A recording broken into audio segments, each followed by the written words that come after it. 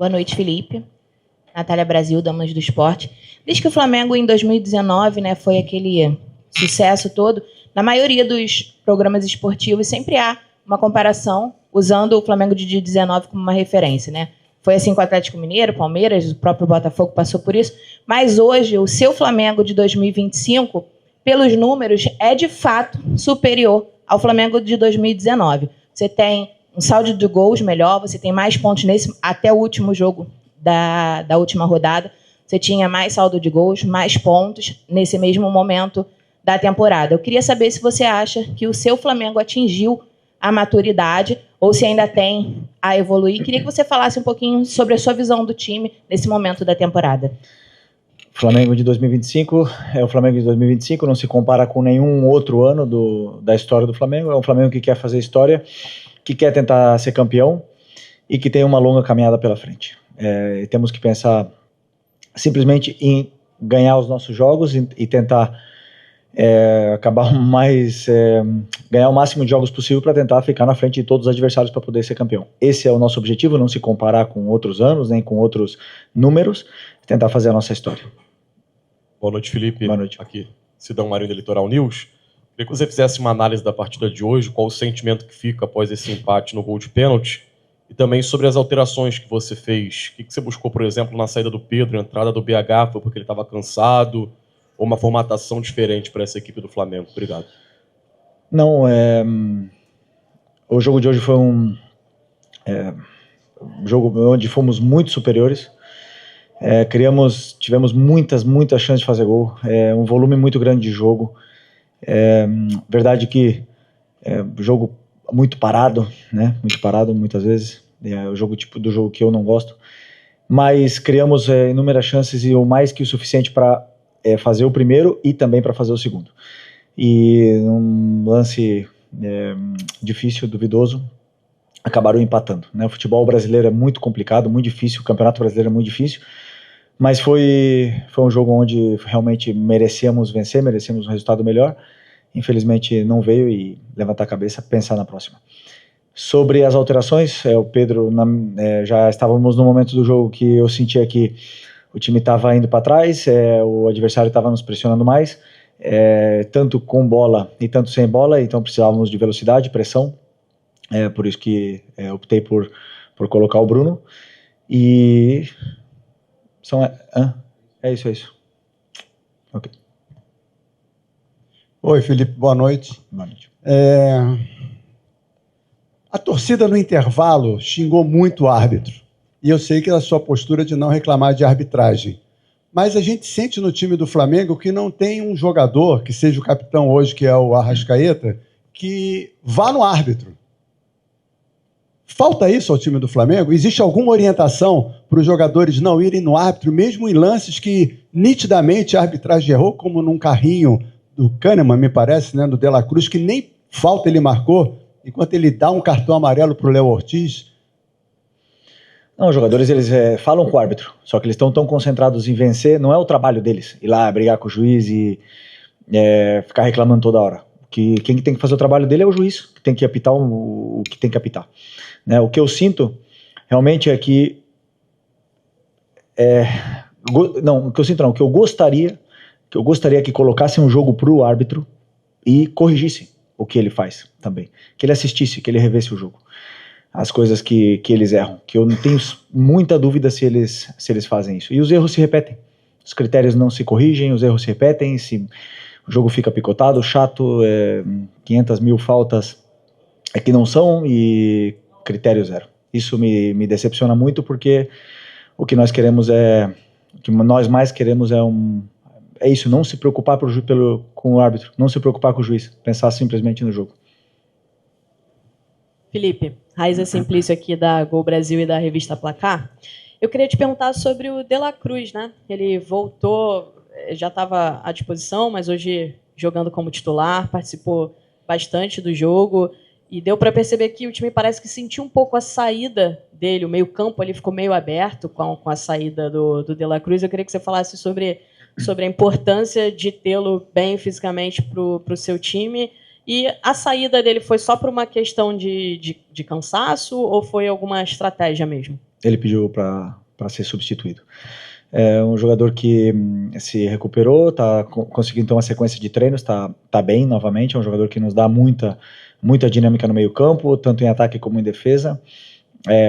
Um dos pilares dessa equipe também, e muito feliz de tê-lo de volta, né? No momento que ele saiu, e você falou que o meio abriu, realmente estávamos no momento onde o nosso time já estava sofrendo, né? Já estava um pouco, não sofrendo, senão com dificuldade de sair, e não simplesmente pela saída do De La Cruz, senão pelo momento que a equipe estava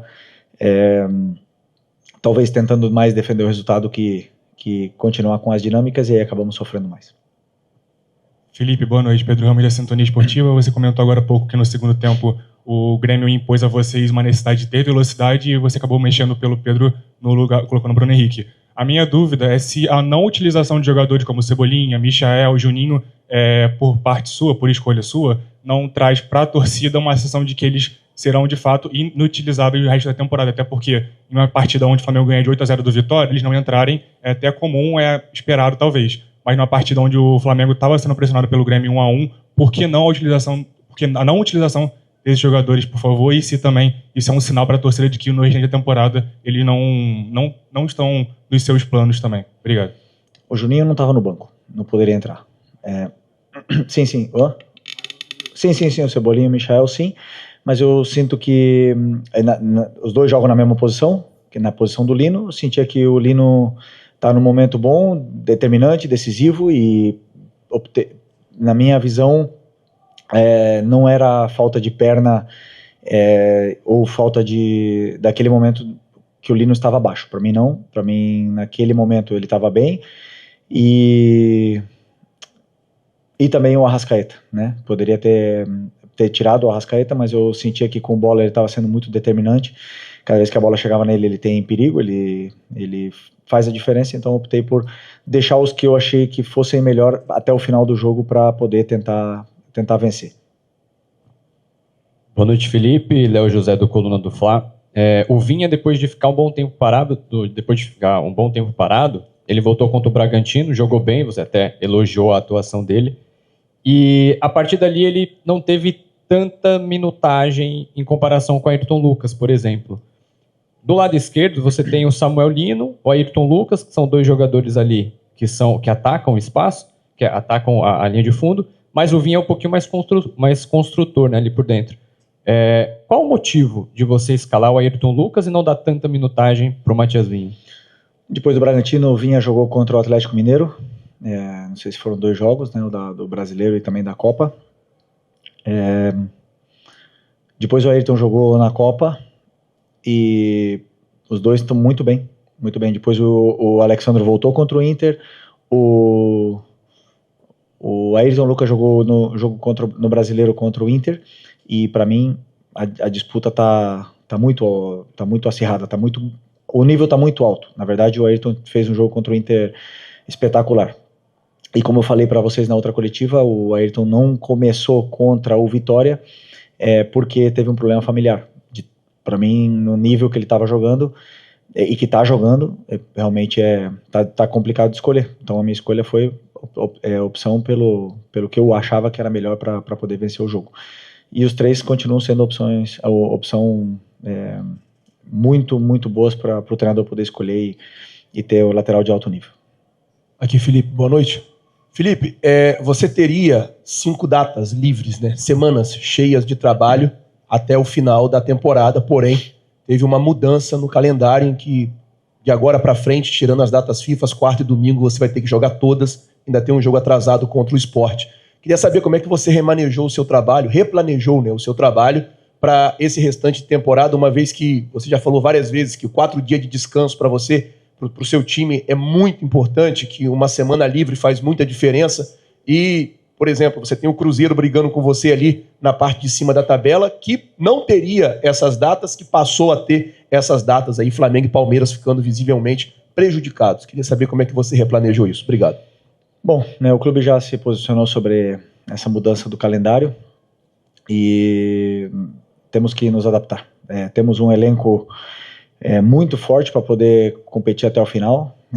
Com essa mudança, mas que para os próximos anos que esse planejamento seja melhor, seja realmente organizado para que todos possamos, nenhum possa sair prejudicado com nenhuma mudança. Felipe, boa noite. A gente teve hoje, eu vou sair um pouco do âmbito do jogo, né?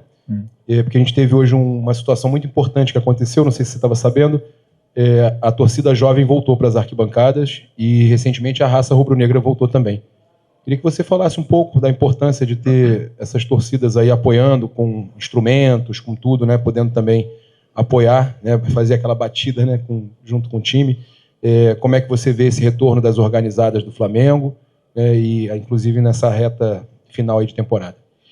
Bom, é importante que o Maracanã esteja sempre lotado, que a torcida entenda que precisamos deles, precisamos do apoio, que a torcida nos empurre junto, porque não vai ser fácil, esse Campeonato Brasileiro não é fácil. Depois de uma goleada, já conhecemos bem o que é o Flamengo, né? E depois das derrotas também. Existe uma euforia muito grande, mas é importante que o torcedor saiba que quando venha para o Maracanã, nós pedimos para que venham empurrar a equipe, né? Não simplesmente esperar outra goleada, né? Então é muito importante para mim que esses torcedores entendam isso e que venham para apoiar, porque precisamos muito da torcida até o final, que tenho certeza que eles vão fazer a diferença nessa mudança aí que aconteceu, com a volta deles. Felipe, boa noite. Claro que um gol muda muito a cara do jogo, eventualmente, não só pelo que representa para o time que faz, mas no plano do adversário. Em dado momento, o plano defensivo do Grêmio, quase praticamente só defensivo, já não servia mais porque era o jogo. Só que o jogo acaba ganhando muitas características diferentes, né? Como é se reprogramar dentro de campo para jogos diferentes que existem dentro de um jogo? Por exemplo, era o tempo todo o jogador do Flamengo, provavelmente sabendo que era um jogo que ele retomava a posse de bola, enfrentava uma defesa fechada, um adversário que saía de trás mais com bola longa, saltando a pressão do Flamengo, e de repente o adversário está tentando ficar um pouco mais com a bola, com o Cristaldo, com o Pavão, com o Aravena, tentando ficar um pouco mais com a bola, e aí você precisa tentar pressionar. A sua saída de bola, que não era pressionada, de repente passa a ser pressionada desde o tiro de meta. É difícil passar de um jogo a outro dentro do jogo, e por isso você acha isso é parte do desafio naquela parte final do jogo, que o Flamengo, com a vantagem, teve um pouco mais de dificuldade para gerir o jogo? Não, eu sinto que o Grêmio, a única forma que o Grêmio tinha ou escolheu para tentar machucar a nossa equipe foi com lançamentos em profundidade, na qual controlamos bem quase todas, né? Até mesmo a do pênalti do Ayrton, não ia acontecer nada. Foi uma bola que ia para trás no pé do nosso jogador. Então não estavam machucando, mesmo com essas mudanças e com a forma de jogar. Eu não lembro de ter um chute no gol do Rossi, assim, sinceramente. E nós com bola estávamos com mais facilidades ainda, com exceção do tiro de meta, que é verdade que eles subiram as linhas e pressionaram mais. O tiro de meta é uma bola parada, mas depois, conforme nós tínhamos a bola e o controle, os jogadores estavam até tendo mais facilidade para poder criar jogo e chegar na área do Grêmio com mais facilidade. Depois as escolhas não estavam sendo as melhores e acabava partindo um pouco a equipe, e esse ida e volta começou a acontecer e não nos favorecia, né? E principalmente com esses lançamentos em profundidade que o Grêmio escolheu para tentar machucar a gente. Então, como eu falei, com a construção em si, não estavam machucando muito a nossa equipe, mas sabíamos de todas, treinamos todas as fases, treinamos também a equipe defendendo bloco baixo, e até, como eu falei, não lembro da equipe ter sofrido, mas uma fatalidade, aconteceu o pênalti, que foi a única chance que eles tiveram, e com isso o empate. Felipe, boa noite. Eric Viana do Mundo Bola Flamengo. Depois da goleada contra o Vitória por 8-0, você disse que mesmo numa goleada, toda a partida indica pontos que se possa melhorar e evoluir, enfim. E agora o Flamengo encerra com esse empate aí, uma parte pré-data FIFA da temporada, vai ter uma pausa agora. E a minha pergunta é o que fica para melhorar, o que você pode analisar dessa partida que o Flamengo precisa melhorar para a volta da data FIFA, trabalhar bem para voltar mais forte aí da data FIFA. Obrigado. A partir de amanhã começarei a analisar o que foi o nosso jogo, E analiso e aí decido os principais pontos que nossa equipe tem que evoluir. Mas eu repito, o resultado foi 1-1, mas o jogo não diz isso. Nós fizemos muitas coisas boas, fizemos um jogo tanto defensivamente como ofensivamente muito bom, muito mais que suficiente para poder sair daqui com resultado positivo. Então o resultado, ele não me engana. Eu sou muito realista com o que acontece no campo, mas com certeza no 8-0 eu tinha coisas que corrigir e agora nesse jogo também teremos coisas que corrigir, também já visando o próximo jogo contra o Juventude lá na frente. Boa noite, Felipe. Bruna Medeiros do Desflá. Hoje você tinha 2 desfalques importantes no meio de campo, um deles que já está há mais tempo fora, né, que é o Pulgar, e o outro o Jorginho. Queria saber como você não ter esses 2 jogadores afeta a sua preparação tática para uma partida, já que você é um treinador propositivo, que gosta de jogadores ali que têm essa capacidade. Como afetou o seu estilo de jogo não ter nem no banco essa opção no segundo tempo? Não, todos eles têm o mesmo conteúdo tático, todas as peças. Temos agora 6 volantes, Eric, Jorginho, Saul, Everton, Alan, Nico, 6 volantes. Todos eles têm o mesmo conteúdo, né? Então todos eles têm características diferentes e têm formas de aplicar esse conteúdo que é passado de forma diferente. E eu escolho sempre o que eu acredito que é melhor para a equipe. Claro que já falei para vocês outras vezes que o Eric é um pilar e estamos todos querendo e desejando que ele volte. E o Jorginho, você já sabe da liderança e da importância que ele tem dentro desse elenco, mesmo com pouco tempo aqui.